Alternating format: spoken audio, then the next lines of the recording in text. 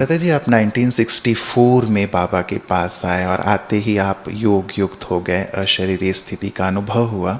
शुरुआत की अनुभूति और अभी की अनुभूति में आप क्या अंतर पाते हैं? बिल्कुल बहुत अंतर है। शुरू में मैंने भी वही किया था जो बाबा का सुना था। बहुत प्रैक्टिस में आत्मा हूँ मैं, आत्मा हूँ मैं, आत्मा हूँ। जी। लिखते तो ज़्यादा नहीं थे, पर धुन लगा दी थी मैं आत्मा हूँ, और ज़्यादा पता नहीं था। हाँ। इतना ही पता था।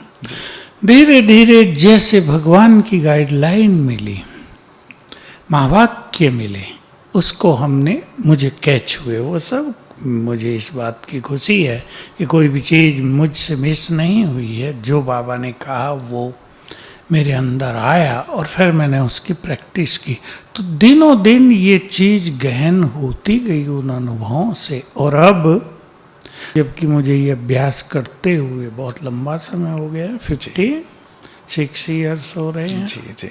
और मैं ये नहीं कहूँगा कि मैंने कोई ढीला अभ्यास किया है। मैंने इंटेंस प्रैक्टिस की है पूरा जीवन।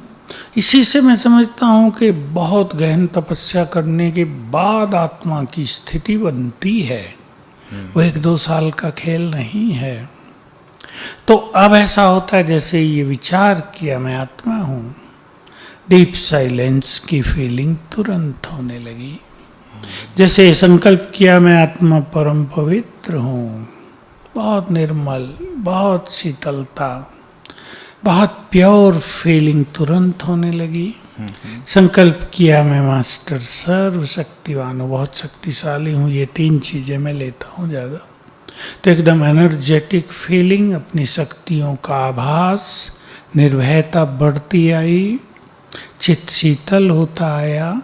मैं आज कहीं बात कर रहा था, क्लास थी छोटी सी, तो मैं सबको भी लक्ष्य दिया कि अपने चित्त को निर्मल, शीतल और शांत कर देना है।